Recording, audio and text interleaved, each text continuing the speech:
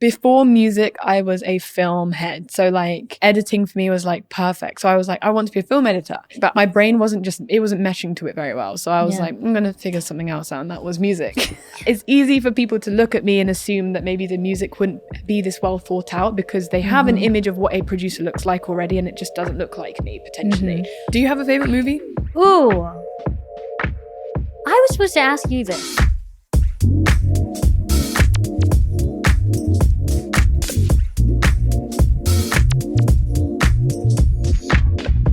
You're watching and listening to In Proximity. I'm Paola Mardo, and today I'm talking to PinkPantheress. Pink is a multi-platinum recording artist, songwriter, and producer.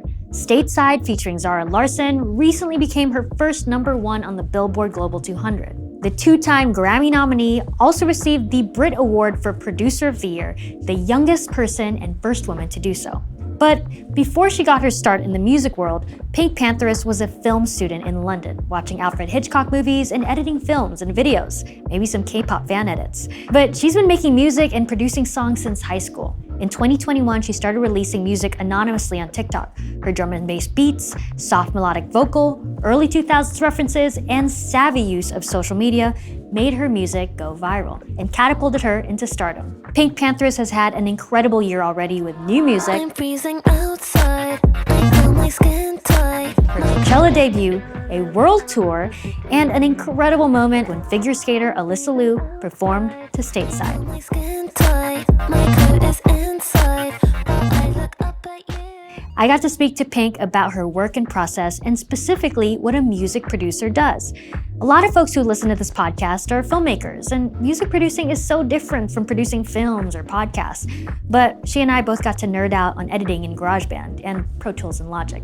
She also shares her love of film, advice for artists starting out today, how and why she got her iconic name, and how she landed on the Black Panther Wakanda Forever soundtrack. PinkPantheress is a musical mad genius, a true Gen Z artist and multi-hyphenate. Her music goes hard, but stays proudly feminine. We have a lot of Pink fans at Prox, and folks have been raving about her as an artist who truly created her own sound on her own terms and isn't afraid of challenging the norms of what a singer and music producer can look like, sound like, and be.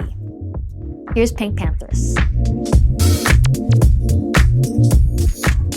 Well, welcome to In Proximity, PinkPantheress. Thank you. Very excited to have you here. And I know we're recording this right before you go on tour. You recently earned your first #1 on the Billboard 200 with Stateside. Yeah. Featuring Zara Larsson. Yeah. How does that feel? Yeah, it feels great. Yeah, it feels really good. Does it feel kind of abstract when people tell you, or like? Yeah, definitely. It feels abstract only because, yeah, it's #1, but my body for some reason hasn't processed it yet. So I'll hear someone say it and I'm like, oh. But I know that in due time I'll be like, damn, that's so crazy how big that song got. Like, so crazy. Like, oh my goodness, like this is insane. It just takes me a little sec to process all of that kind of stuff. But yeah, I'm very happy about the success. Yeah, it's such a fun song, and Thank it's so you. catchy. Thank you. Actually, when your names come up as a guest idea for this show multiple times, I think our team has been most excited for you to come here. Just so you know. Wow, thank you. They're not often that excited by guests. No, I'm kidding. But no, we're excited here, and I want to say, like, it's funny. I know you've talked about sort of, I don't know if struggling is the right word, but like sort of trying to find your place between being niche and mainstream. Yeah. Where do you see yourself right now? Honestly, I definitely don't think I'm niche anymore, but I do still think that I sit in music culturally in quite a specific place, which doesn't really penetrate either. Like, it doesn't penetrate the mainstream in full force. Yeah. So it's kind of an in-between. But your song was at the Olympics. It was at the Olympics. Alysa Liu danced to it. I know. It was so fun. Yes. Did you know she was going to do that? I knew that she was a really big fan pre-Olympics because somebody told me, and I was like, wow, that's so fabulous. And I was like, this is super fun, but I didn't think that it was going to mean that she would use a song, like, put it that way. And so, yeah, I found out and I was like, this is extreme for me. Like, this is a really, I mean, obviously, I'm sure she's just a fan of the song, but I think it's really nice. She really, in every interview I've seen her in, she always brings up her favorite music. And I'm always listed and I'm just like, wow, she's mentioned my name like 3 times in interviews. I met her the other day. She's so sweet. And what's so funny, when we met, it wasn't even like, oh my God, hey. I think it was literally like, I turned to her and I was like, I had this big hat that I was wearing to the party. And I was like, I really want to get rid of this hat. Should I throw it in the bush over there? And she was like, yeah, I think that you could do that. Like, it was such a casual conversation. Like, we'd known each other for ages, but very sweet girl. That. That's so cool. That's so cool. Can we talk a little bit about your name? Yeah, I know you've talked about it on other interviews, but for our audience, because we are a film, TV production company, PinkPantheress has sort of film, TV roots. How did it come about, and why choose it as your artist name? So basically, when I was making TikTok, I wanted it to just be Pantheress. It was taken. So I was like, well, what can I do? And then I was just thinking of the Pink Panther. Obviously, as your mind would go there. So then I put pink in front of it, and it just happened to be not taken. Don't know how or why, because what a great name it is. And I still to this day get people that are like, oh, I feel like she would be bigger if her name wasn't Pink Pantheress because it's such a ridiculous name. I'm like, you know what? It's so profound as a name. Like, almost I feel like some of my success is because of the name, because people are just like, what a interesting name. I have to find out more. I want to say one of the first times I heard your music and truly like started listening to it was when you were in the Wakanda Forever soundtrack. And I literally was like, who's PinkPantheress? Like, what is that name? So I think it is true.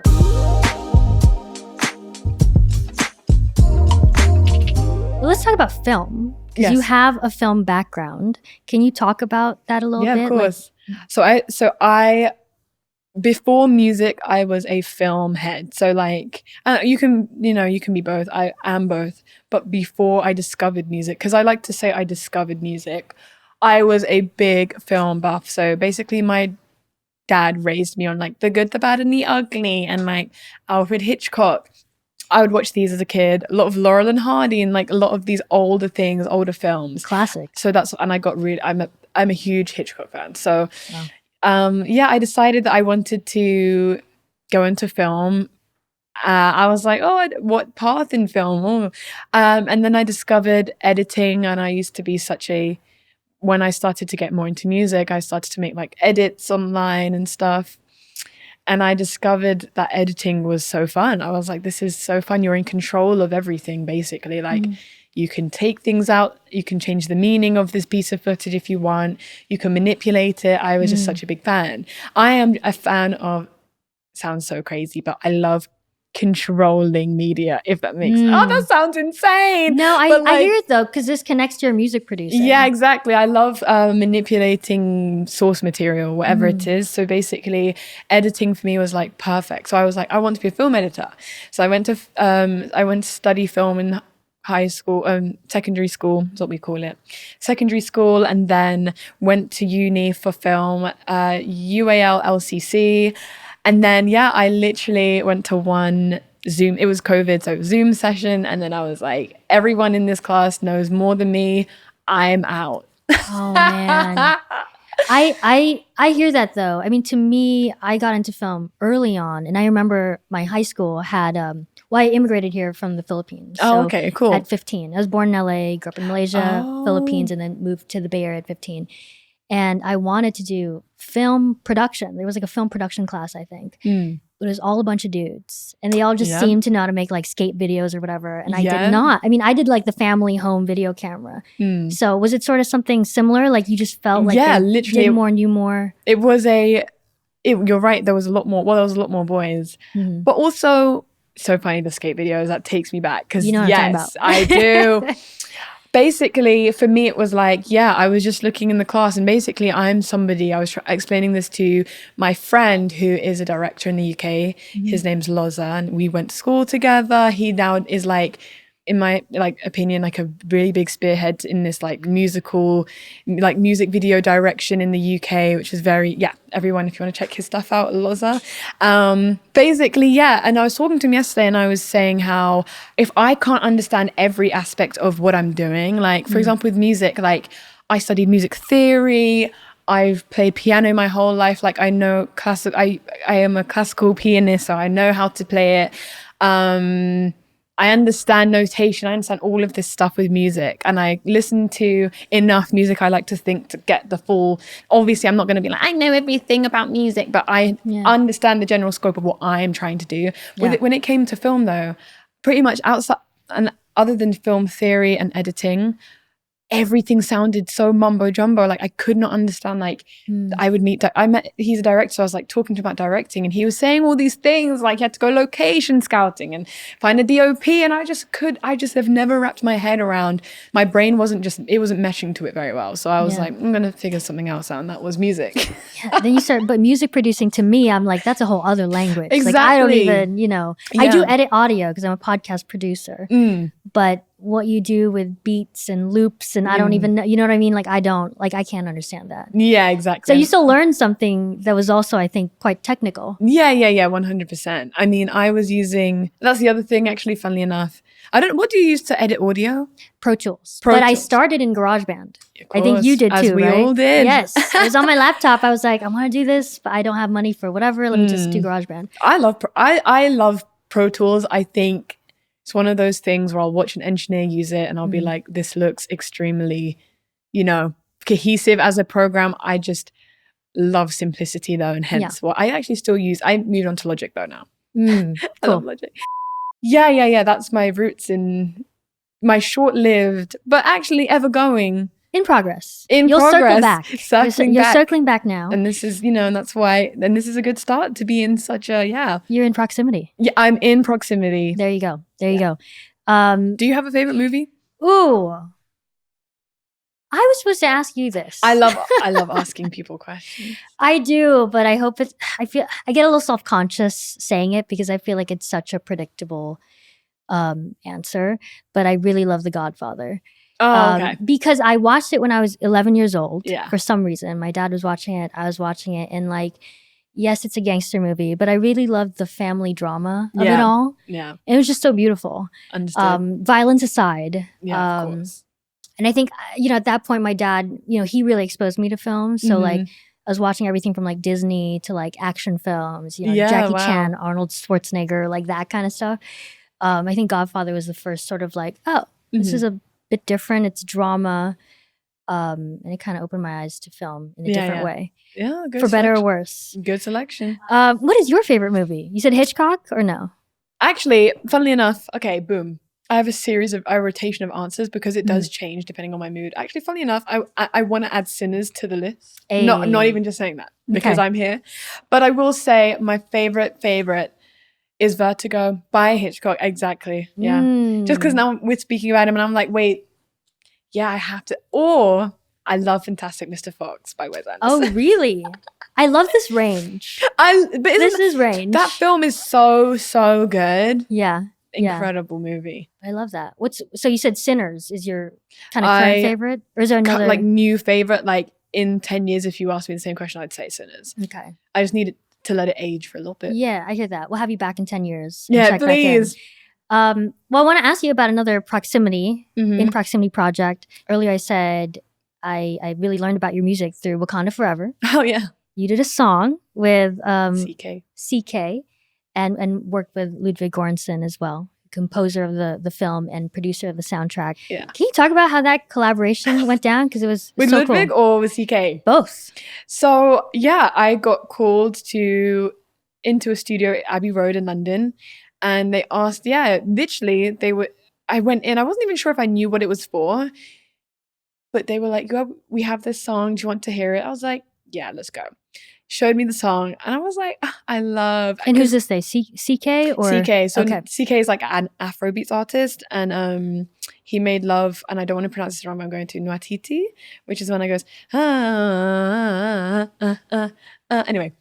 And so I love his singing voice, and I was so down to do it. And Ludwig killed me. I think I'm sure you've met him. I love how dry he is, just his humor. Because obviously, where is he from? Is he Swedish? Swedish, obviously, land of the musicians. Yep. Makes sense because he's a genius. But I literally was just like, we understood each other's humor very well. And like, I got on with him. So I genuinely thought he was hilarious. A key, if you will. Yes. I can see that. I can see that dry wit and Very humor. dry wit. Where it's kind of like, wait, was that was a joke? Yeah, Yes. I Yeah. know. It's amazing. But can we talk a little bit about your origin story? Of course. Because you've sort of, you famously came up on social media, on TikTok, but you were making music before that. And when you went on TikTok, you were anonymous for a bit before blowing up and doing all the things. But can I just ask how you even developed your musical taste and style? Because it's quite unique. And it's very special. Yeah. So I'm obviously from the UK, and I used to be an emo fan, used to be a really big K-pop fan. And when I'm a fan of something, I like to study it. So when I was a big emo fan, it wasn't just one band I was a fan of. I got into everyone like at once. And so I would be obsessed with, I'd watch all their tour footage, but I'd also watch their BTS footage or like how they made the songs. Same with every genre I got into. So basically what it ended up doing, I think I took up way too much of my brain space with all this knowledge that I didn't know what to do with. I was like, well, I know all this stuff, what do I do? Then I was like, okay, well, maybe I should put it into my music and see what happens. And I'm very open about the fact that I was never like I used to produce only, and we used to make music with my friend who could sing really well. And so I produced for her and she'd be the voice. And I was like, oh, this is fun. This is great. Then at some point I was like, I want to sing, but honestly, I'm not the best singer. So I was like, okay, I'm just gonna have to make it work and see what happens. Cause I love writing. So I was like, I want to just see what happens if I try and sing. I tried to sing, and then it just naturally, all of these genres kind of ended up blending together. A lot of dance, and I'm a big dance fan as well. Like, I love garage and drum and bass, and I've always loved it. And if you're from the UK, you're just kind of born and raised with it. It's not really a genre that's like out there. It's actually more of a norm over there. So I was releasing music without necessarily even thinking too much like, oh, this is really different for everybody. Like, I definitely was looking online to see like, oh, what do I think people are going to want to hear? You did a little audience study. I did a little survey. Kind of audience market research. I did a bit of market research. Basically, I knew that I wanted to make dance and I wanted to make like drum and bass for sure. Specifically drum and bass and jungle. I'm a big fan of those genres. And to anyone watching, those basically they're genres which are like contain. If you listen to the Powerpuff Girls theme tune, then it's those heavy breaks.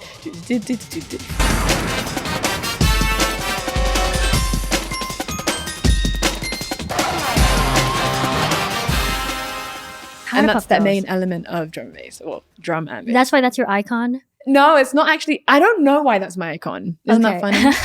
But you have the same hair as, I don't know why, but your hair reminds me of, is that what? Buttercup? Why, thank you. I'm the oldest, so I always consider myself a blossom. Of three? Yes. Oh, that's so cute. Yes, but I'll take the buttercup. Thank you.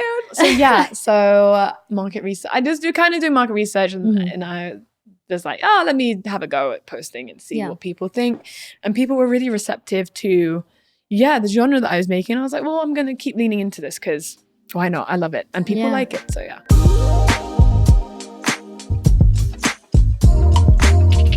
I want to play actually one of your TikToks. Oh.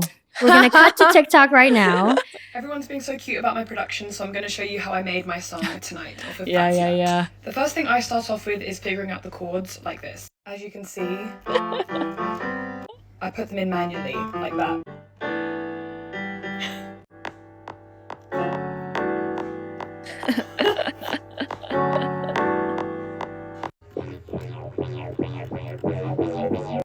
Okay, there's the bass. So I'll compare what I just recorded to the final version of the track. So this piano from earlier, I just pitched it up. This is Logic. Ended up sounding like this. Just changed the synth, and then the bass, I ended up changing it to this instead. And then it ended up sounding like this. Okay. I'm bad at drums, so I got my co-producer Count Baldur to play the drums. He's amazing. And this is how we ended up with tonight. Shout out to any producer watching this. I used Logic. I used to use GarageBand, but we upgraded. Lots of love. Yeah. Love that. That was great. No, yeah. Thank you. Can you talk a little bit about, first of all, music producer? Because in film and TV and even podcasting, producing means so many different things. Of course. What does a music producer do?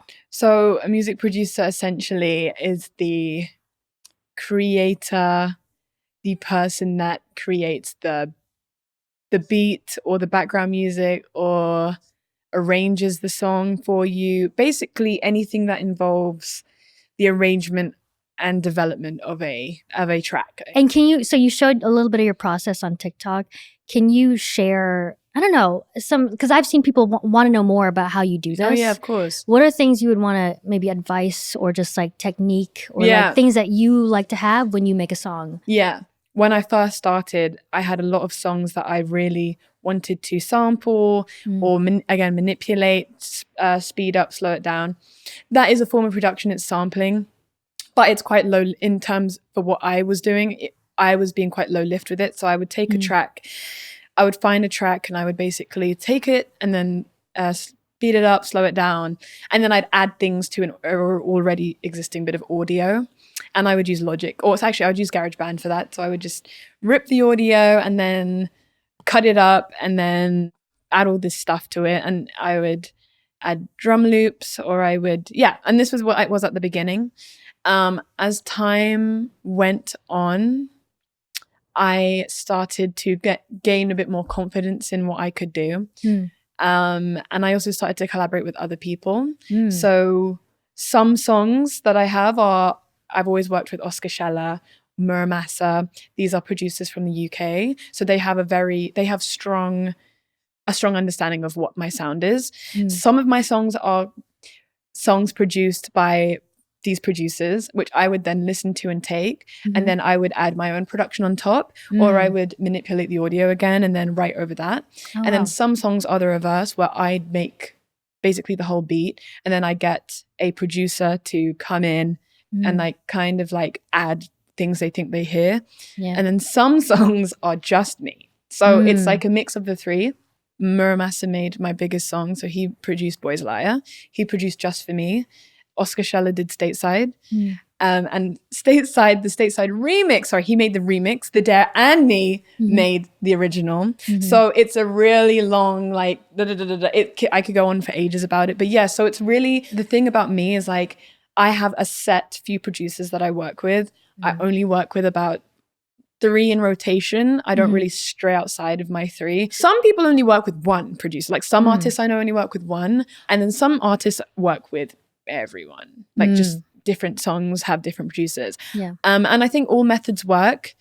I think when I work with a producer that I think is really talented, like I'm working with them because they are inherently talented people, but I also feel like I vet them. So like I will, like they come to learn who I am. So they come to know what I like, what I don't like. And therefore the process becomes easier between us. Like now I know I can go to someone like Account Bulldor and he will just know what to make me, or I'll ask him, or I'll play this and then he will know where to take it next. And so, yeah, it's an interesting process. But yeah, we work all very quickly. Like I don't spend that long. So, but you're not making a song in a day, I presume. Not anymore. Yeah, in a day for sure. Yeah, in a day for sure. Wow. Yeah, I don't know. It really varies. It varies on how much I like the song, and it varies on like who I have with me that day.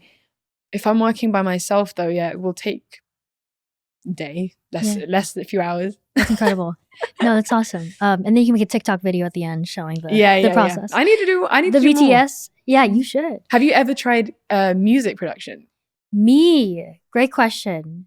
You know, I feel like when I was getting into GarageBand and even more so Pro Tools, I tried. Because I do compose my podcasts. So I would do narrative podcasts. And it's kind of like composing because you put music underneath. Yes, it's very, very simple. So I would say it's like the V1 version of music producing. But I don't know how to do loops and beats and things like that, which I would love to learn, honestly. I feel like it translates pretty well. Yeah, I hope so. Yeah. I think it's fun. I like... Because I could totally, what you were saying about wanting to manipulate media, I think that's why I fell in love with the craft too. Yeah. And podcasting is so early. It's more of a spoken medium. Then you put music and things underneath. Now it's all talk shows as well. But like cutting things up, creating new things out of it, making new meaning by just adding a song or a sound. Yeah. That I find really fun. But no, I have mad respect for what you do. I mean, can I also ask, because for me, when I started podcasting, and this is like 10 years ago. It's not even that like old of a medium. It's so new. But I would do it in my closet, just sort of speaking into a microphone, or like interviewing someone on a dinner table and then editing at home. Working now, I have like a production team. Yeah. I have my crew, you have your producers, I have my own production crew. And I think making that jump from working by myself to a team, you know, it did take time to learn how to do that. What was it like for you as someone who likes to be in control of the medium? No, for sure.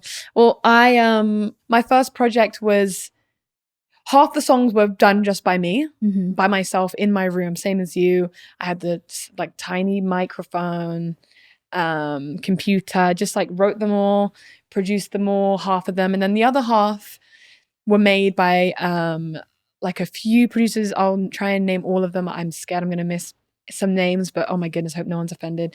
So it was my school friend Phil, he was a producer, and another friend from our hometown called Kairos. They made one of the songs. Then we had a man called Zach Nahom who made one of the songs. Then we had Oscar Scheller was the first producer I ever worked with. And then we have Jakari and Isco who made a song on there too.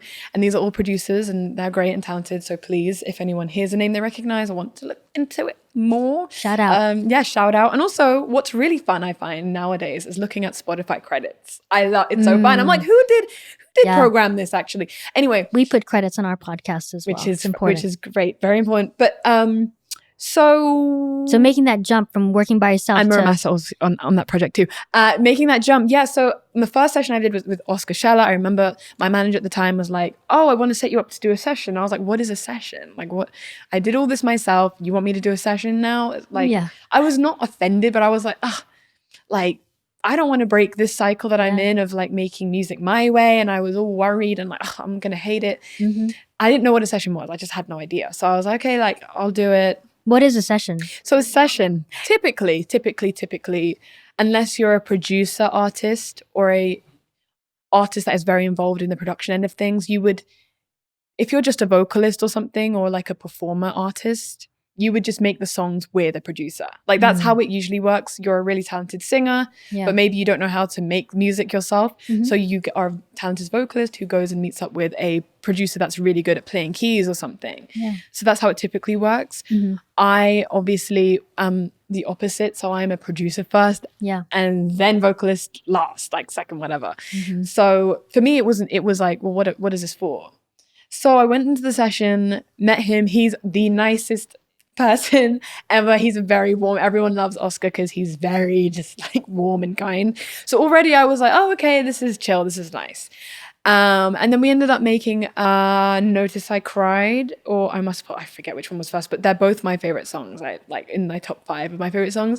And I was like, wow, like he can do things that I want to do. And so like I'm watching them work. So I was kind of picking up on what they did. They were using MIDIs.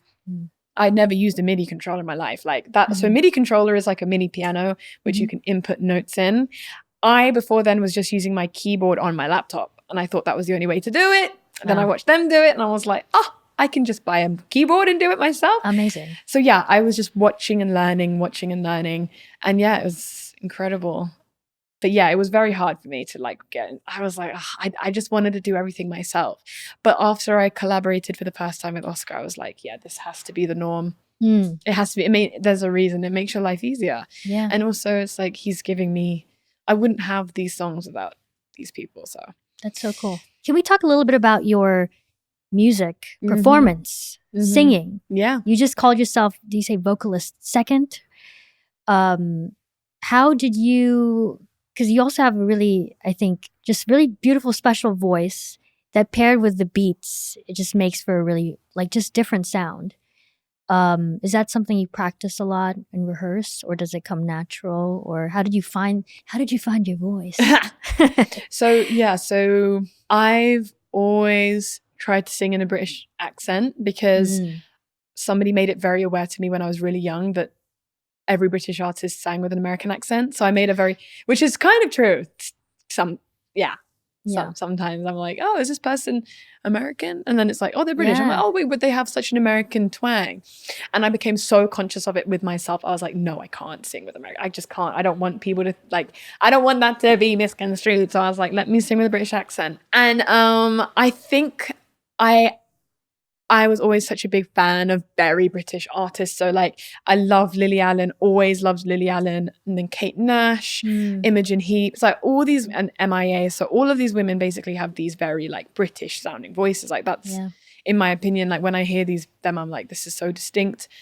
very British. So I was like, I'm going to make sure that's something that's a noticeable aspect of my voice, because I have two singing voices. I can kind of belt in one, but when it comes to me as PinkPantheress, as the artist PinkPantheress, I do think, I found my voice because I kind of went for what came most natural to me. And for some, I don't know if it's because I like to think that Lily Allen was a big, and Kate Nash were two artists that really informed how I sang. I've always loved how Lily sings. I love her and I love her voice. And I do think in many ways she sings in a way that I like want to be able to sing in. Like I want to have these very like clear cut melodies, and like I like how cool she sounds. So yeah, I wanted to say that I kind of just like studied all of these women and was like, okay, I'm going to accumulate my voice in this way. But also I think something that we all need to be very aware of is our weaknesses as well as our strengths. But I think we need to be aware of our weaknesses. And I think I'm glad that I didn't come out the gate trying to like belt and know that I can't do it live. So I just tried to make sure I sang in a way that I knew I could do live, basically. Yeah, what came natural, but also you had these influences sort of inspiring the process. I was just lucky. And also I really like a soft vocal. I love a soft vocal. So there's an artist called The Streets in the UK. I love The Streets so much. Like The Streets is like my favorite. So Mike Skinner is like one of my favorite like lyricists, but also like his voice. And I just love a soft, very like, not soft because his voice isn't soft, but I love a very like matter-of-fact voice. I don't know how else to describe it. Just like really, Anyway. I can tell you've studied. Yeah, artists. I love, The way you talk about it is very clear. Like you know. I'm gonna have to Google. I love all the recs too, by the way. I'm gonna have to look this up. We're gonna put a playlist maybe at the bottom. Down here. How long have you been making music? Since I was 17. Wow. 17. So that was 2018. Okay. Doing some math in my head. So that's about 8 years? 8 years. Wow. Yeah. 8 years. Yes, that is. I'm gonna like, I know you're like, it takes you a while to process awards, but I want to give you some flowers right now. Thank you. 2 Grammy nominations.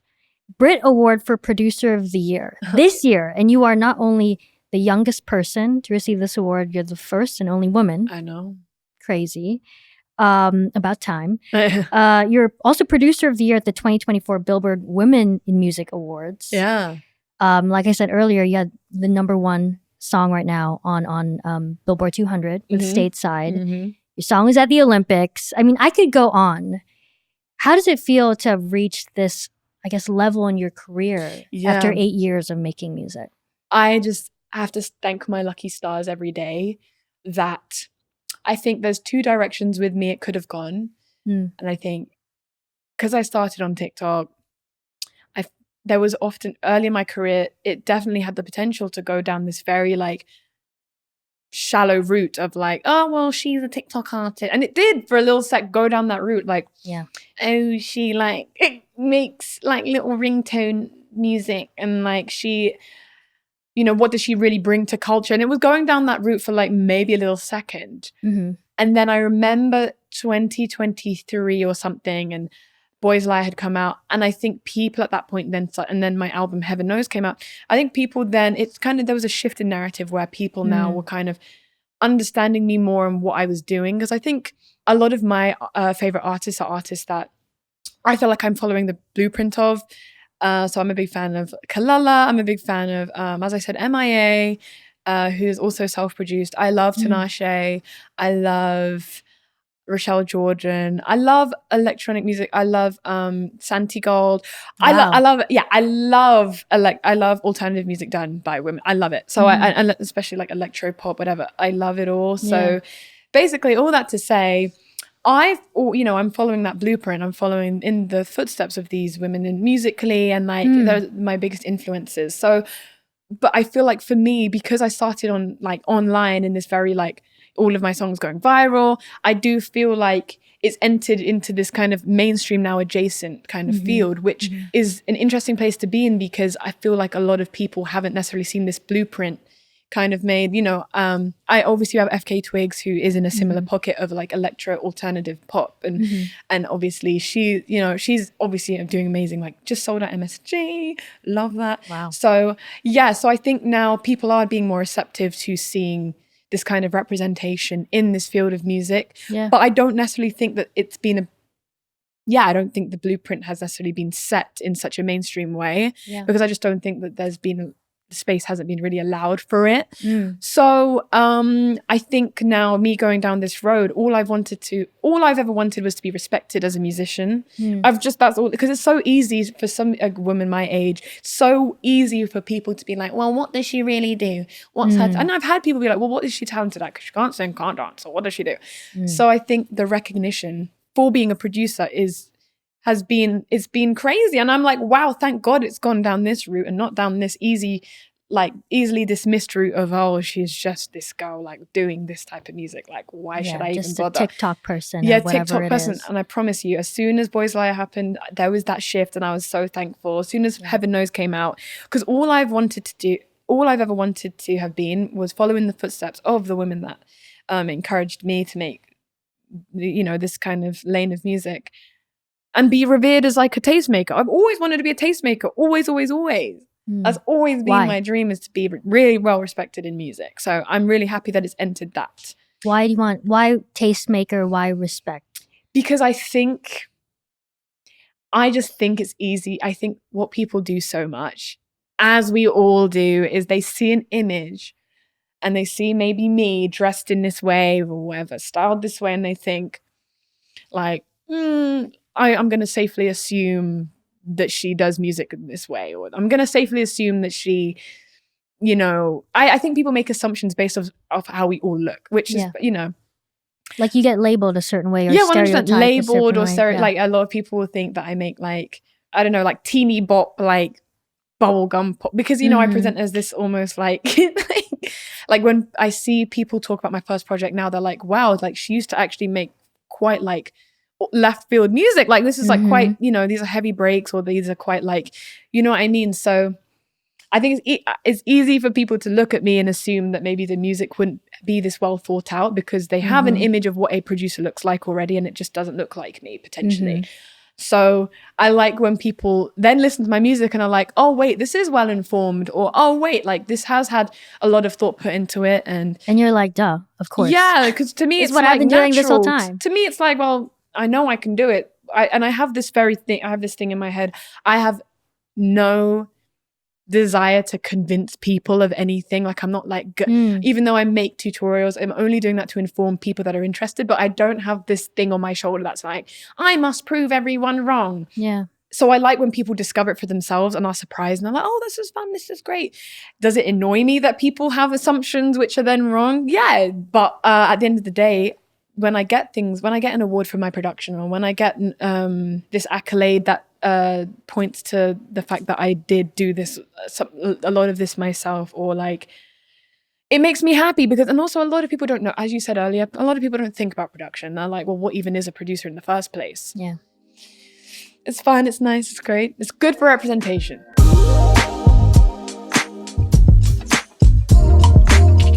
To go back to TikTok though, because I think what you did really well on social media was find and connect with an audience. And I know that took a lot of work and a lot of studying. And I also know the algorithm has changed. The platform is different. You got to be on so many things now, not just one. Do you think that an artist can still break through today in the same way you did?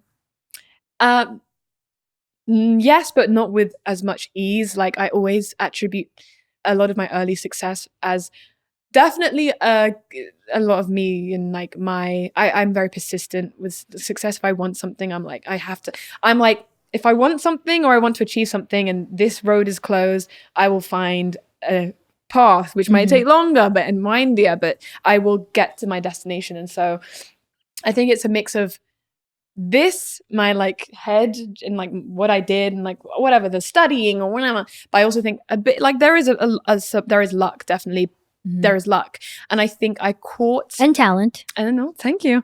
But I caught it early. Like when I started doing it was 2021, and literally TikTok music as a concept was only beginning. Like we had Say So going viral, and we had like Old Town Road. That feels like a long time ago. I know. 2021 only. Crazy. And I remember thinking just like, okay, well, clearly this is going to start being a platform in which music is now going to be promoted because these songs are going crazy on this app. And honestly, I don't think before that there was a platform where, actually that's a lie, because we had, what's that one before Musically? We had Musically, and that was, that was before kind TikTok. of the little, like the seed being planted about like how we can make music linear with video and like in this personal way, you know. Got you, or we yeah. can choose the song, you know. The song isn't provided for us. And so yeah, I just picked up on that early, and I think I caught it before everyone picked up on it, basically, because there were a few people doing it, but it wasn't like the thing to do. Right. So I think it was the timing, the fact it was COVID and everyone was inside and on their phones. So that was a whirlwind in a bottle, and I think that was kind of what did it. But nowadays, I think not only is it very saturated as a music promotion platform, but I think like Gen Z, I keep saying, our snouts are so sensitive. Like we can smell from a mile away when someone's trying to really make a TikTok song happen. And I think I've been lucky that, yes, for sure, with some of my songs, I'm like, oh, let me do a cute little video, or like, let me see what happens if I... But I've been lucky that all the songs that have gone viral of mine have kind of been because I posted the song once, and like a fan or a fan page has been like, let me post this snippet of the song, and then it'll go crazy on that back end rather than me being like, let me shove it down your throats. And then I also think everyone's making really good music. And I think now really excellent music has become a luxury. The bar is higher, the even bar has higher. gone so high for excellent music or really good music. So I think that the music quality has now gone up in general, and so therefore it's harder to find excellent songs because you know, it's harder to penetrate that. And now every genre is also being done, so it's like so many reasons. But yes, I think it's super hard now. I think it's possible though. I think it's definitely possible, but I think now it takes more. I think it's more like you can't do the things that have already been done because those are played out. But much like what you did, maybe try and see what, it's hard to predict, but what is that next thing, or like how to find your audience through this sort of messy place. I was lucky that like in my first year or 2 years of my career, because again, like TikTok hadn't really, it was still like growing into this music kind of platform. The first year first year and a half, I was able to make mistakes. I was able to do things not the best way. But I also feel like people found it charming that they were watching a pop star develop in real time or an artist develop in real time. So I think I got given so much grace. People have always been so lovely to me and understanding of my process. A lot of people have actually been watching since I was at 500 followers on whatever. So I think real ones. Day ones.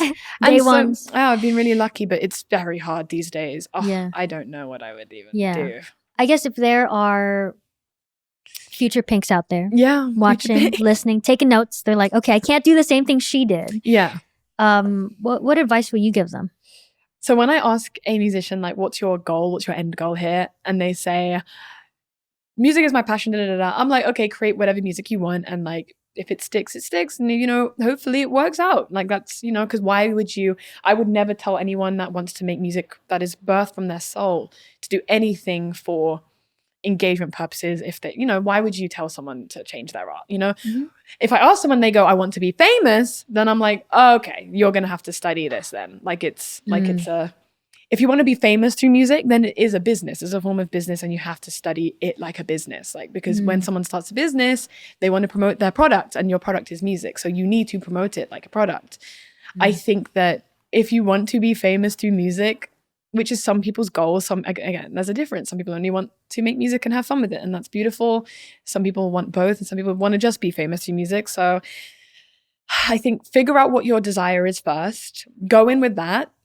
If you want to make music just to create music, then do it freely. Don't block all your family if you need to, but create music, post it online, just create freely. Like that's how it really should be. If you want to just, and then if you want to be famous through music, you must study. You must study and that's it. You have to study everything. Study the business model, study artists that you've seen do really successfully. Have a 5-year plan. So yeah, that would be my advice. Good advice. Gotta do the work. Do the work. Do the work. Prox Recs. Prox Recs. We're at our final segment. Okay. We call it Prox Recs. Okay. It's a segment where our guest recommends something for the cute. audience. Usually it's something related to what you do. So maybe something that has inspired your practice. Okay, It could be a cool. book, it could be a song, an artist, a movie, podcast, habits. I don't know. What would your Prox Rec be, PinkPantheress? Oh my goodness. Okay, before I say mine, Yes. Do you want examples? what is yours? Mine? Gosh, this is my podcast. No, I'm kidding. What would I recommend? First of all, The Godfather. No. I also recommend Y Tu Mamá También. It's a film by Alfonso Cuarón. Also one of my favorites. Just a great independent film. Yeah. International film. But I'm from the Philippines, so it was set in Mexico, but it reminded me a lot about where I came from in good and bad ways. A lot of social, cultural stuff. But yeah, maybe watch it without your parents. Definitely. For the young ones here. But yeah. You know what movie, which a lot of people surprisingly haven't seen? I don't know why. Psycho by Alfred Hitchcock, because I'm somebody that obviously music and in tandem with movies is so important to me, music and movies. And I think if it comes to the perfect score, it is considered to be one of the best scores in the world. I just think it does it perfectly. So that's my favorite. That's probably the one film that informed that for me very early on. Yeah. That's a great Psycho rec. by Alfred Hitchcock. Love that. Love that. Study up, audience. No, a lot you of must. things to You watch must. and listen to. You must. Thank you, PinkPantheress, Thank for being on the you. show. This is great. You. Thank you. In Proximity is a production of Proximity Media. The show is hosted, directed, and produced by Paola Mardo. Executive producers are Ryan Kugler, Zinzi Kugler, and Sev Ohanian. Theme song and additional music is by Ludwig Göransson. Patrick Capino is our co-director and director of photography. Ken Nana is our sound designer and mix engineer. Our editors are Patrick Capino, Ken Nana, and Ben Caloza. The production team includes Celine Mendiola, Joy Wu, and Alexandria Santana. Follow us on social media at Proximity Media. For transcripts and more information, head to proximitymedia.com.